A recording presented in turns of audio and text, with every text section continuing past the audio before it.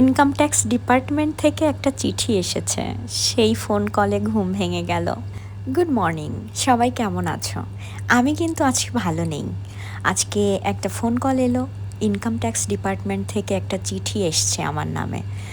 তো আমার একটা বন্ধু আছে ইনকাম ট্যাক্স অফিসার। আমি ওকে ফোন করলাম যে এই ব্যাপার কি করব। ও তো আমাকে ভীষণ ভয় দেখালো। আমি তাড়াতাড়ি বেরিয়ে গেলাম চিঠিটা আনার জন্য। আর সহ্য হলো না, আমি রাস্তাতেই ওটা খুললাম। মনের মধ্যে ভীষণ ভয় ছিল, কারণ আমার যে ইনকাম ট্যাক্স অফিসার যে বন্ধুটা আছে, ও আমাকে ভীষণ ভয় দেখাচ্ছিল যে তোর এটা হবে ওটা হবে। আমি ভাবলাম আমার কাছে তো এত টাকা নেই, আমার কাছে কেন ইনকাম ট্যাক্স থেকে চিঠি আসবে। তো আল্লাহর রহমতে কোনো প্রবলেম হয়নি, এটা নর্মাল একটা চিঠি ছিল। তো বাড়িতে এসে ফ্রেশ ট্রেশ হয়ে এখন আম্মুর সাথে একটু ভিডিও কলে কথা বলবো। আম্মু ফোন করেছিল, তখন উঠাতে পারিনি, তাই এখন কথা বলছি। সবাই ভালো থেকো, গুড নাইট।